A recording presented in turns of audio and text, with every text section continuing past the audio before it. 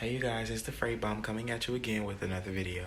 So today is June 12th, the 12th day of Pride Month, and I'm sure that you guys remember that 2 years ago today, there was a very fatal mass shooting at Pulse nightclub in Florida, and it shook us all. The happening of that hit the gay community, the LGBTQ plus community, so hard. It was definitely a hate crime. Like, we all know that. And, it hurt for all of us, I feel like we all cried, straight people, gay people alike, because these were people's family members, these were people's friends, these were people's, lovers, these were people that made plans with the next day in celebration of themselves, or just regular plans to hang out, see each other, come by each other's houses, or whatever the cases may have been. And it took a grand toll, not even just on the gay community, but the world. It really did. So today I am wearing my Kenneth Cole hat and a shirt that goes along with it to show my support. But I didn't want to just talk to you guys about that in this video. What I actually wanted to talk about is the transformation of the gay man and understanding it. Okay, so let's just jump right into it. So a lot of people tend to misunderstand the gay men specifically. They think that whatever they may think, okay, these gays are just so girly and flamboyant and doing the most, and I can't hang with them. First of all, let them be them. And then they might think, well, these gays are always fighting each other. They're very hateful. They're very jealous. They're very this. They're very that. And I think I maybe can shed some light on why these ways about the gay guys that you don't like are the way that they are. Until we have real equality, gay people will never be exactly the same as straight people when it comes to the transformation that they go through. So let me take you through the cycles in these transformations. At the early ages of our lifetimes, we are trying to figure out, okay, what are these feelings, Are they right? What is this all about? What am I going to do with this information that I am receiving from my mind, my heart, and my soul? So as we're figuring all of that out, if we're seen as effeminate, we get picked on in our classrooms, or we get picked on in our neighborhoods, or we get picked on in our own damn households. So it's immediate hate that we receive before we can even figure out what the hell is going on with us. Now, mind you, some people have very healthy household environments around them. I am one of those people. I was definitely able to be who I am at my youngest age in my household, thanks to my amazing mother. But that is not the case for most gay men. It's just not, especially gay black men. It's just not. Anyway, once we've actually figured out in our minds, okay, I like guys, it's still not the end of the hate. It's still not the end of being picked on. It's still not the end of what we don't want to receive. So at this point, you really lay out and take it, or you get the hell up and you fight. And I'm not even saying physically fight, because never mind. But you don't have to physically fight. I'm saying you get up and you fight, as in, like, you fight for who you wish to be. You fight for your right to live. You fight for your right to exist in the same manner that everyone else can. But fighting that fight can bring about a lot of anger within. So much anger. Not even just without. Like, you could be mad as hell at the next person just because they get to be so free and you don't. That's just how it is. This can explain why so many of my gay men are so angry every day. They just seem like they have attitudes, and It's really like a defense mechanism, and that's what it is. During this fight to protect who you are and what you are, you actually start becoming what and who you are, or what you're meant to be. And at this point, everybody kind of starts going into their little directions. We're all still trying to reach the same goal. We just all won't get there at the same time, because all of our lives differ. You know, we all have similar experiences, I'm sure, but we all differ. This is why you find some gay guys that are still like, oh, I don't like him because this, and that. And he's really just hating on him because the boy's more free than him. The boy's doing what he wants to do. He doesn't live by these rules that you do because you're still trying to abide by heteronormative societal bullcrap. Really, that's what I think. You'll find that the gays are hating on each other, fighting each other, clashing all the time. You'll find that they are just not supporting each other. They're not doing their best. They're lacking effort.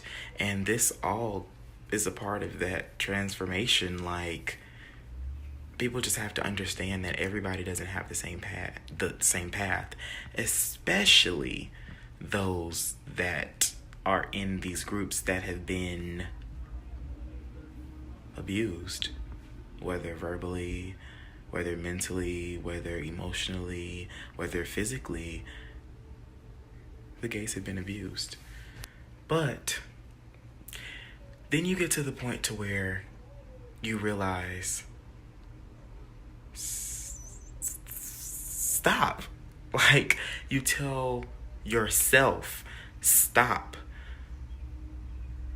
The internalized homophobia that was placed upon you by people that are not even homosexual starts to undo itself. These ways that you thought, these things that you thought had to be a certain way, you realize no. It really like correlates with like anybody else's regular transformation, but we have our own separate transformation inside of that transformation. And we're like, I don't want this mindset anymore.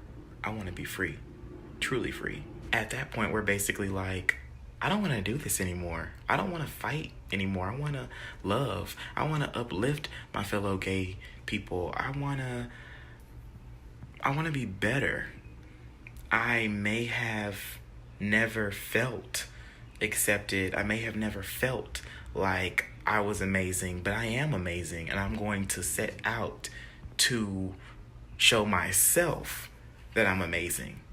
Even if it's the most, cocky gay dude, they still reach this point. I just feel like everybody still reaches this point. Every gay dude really reaches this point where, and you may not be at that point yet, because you may still be a self-loathing piece of shit, but hopefully you're not. and if you are, hopefully you are not going to be one for much longer, or not forever. And that's the part where you find the other free-spirited, wonderful gays that you may have envied back a while ago because you just didn't see how they could do it, and you still had these mental prisons shaping you into something that you do not need to be shaped into. You connect with all these other people now that you couldn't understand before, and you just start to break free, or you broke in free. It depends on how far you are with that. And at that point, it feels really great. And for me, I am at that point now. I feel so free from y'all. I mean, not y'all. Y'all, I feel so free from everything. That's what I wanted to say. I feel so free from y'all, everything. Wait, that doesn't make any sense. But yeah, everything. And I am not saying that you might go around saying, yes, girl, Heaney, every day. I'm not saying you're going to walk around in a freaking I don't know, crop top with booty shorts every day. That's not what I'm saying. We all have different paths. We all still have the same goal to get to, but we don't have to look the same way when we get to it, when we get there. I feel like all the gays that are like, yes, girl, Henny, like, not all of them are at the end.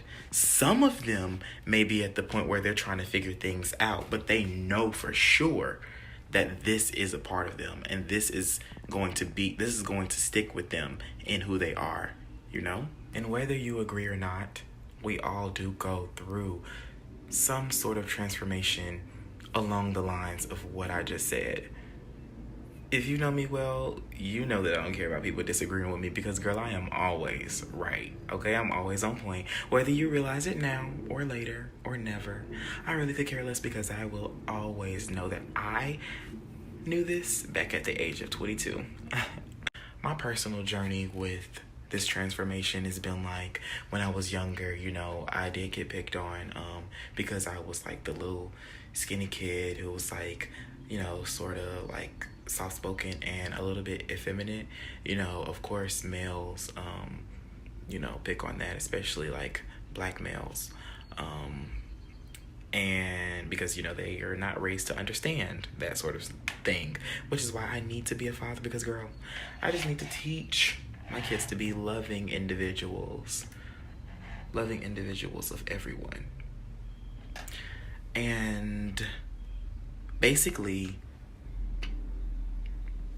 as I got older, I was like, this is some bullshit. Like, this is some real bullshit. Like, don't get me wrong, I had my ignorant moments. Like, I had very ignorant moments, as we all have had.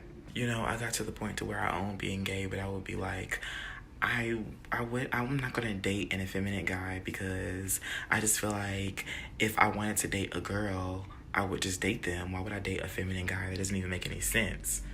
But how the hell do I sound? You know, you have to check yourself. And at some point in this transformation, you check yourself. And I checked girl, I didn't even check myself, girl. I clocked myself, okay? I had to clock myself because it's just like, what the hell was I thinking at that point? Nowadays, effeminacy don't scare me. What the hell they gotta do with anything anyway? That is not, just at least not for me, girl. Y'all gotta figure y'all own shit out. But let me just say, my boy can have some sugar in his tank too, okay? And I ain't gotta explain it to nobody because I'm grown. Just like you ain't gotta explain it to nobody because you grown. You gonna realize that in transformation too, okay? I am Bomb Boy Frankie and I do as I please. I'm really glad that I did this video because I really wanted to give you guys some Fray 101. And I actually really just wanted to bring Fray 101 to the channel. If you don't know what Fray 101 is, then you probably don't follow me on Twitter. You probably don't follow me on Instagram either. But it's okay, because now you know what Fray 101 is. And it's basically just me teaching. Okay? Me teaching what I know, me spreading my knowledge, and me putting my thoughts and facts out there. But just because I've now brought Fray 101 to YouTube doesn't mean that you don't need to follow my Twitter or Instagram. Definitely follow those. Thank you. Thank you so much for tuning in. Please be sure to subscribe, like, comment, let me know your thoughts, and like I said, follow me on everywhere and we can get chatting. Thank you. Till next time.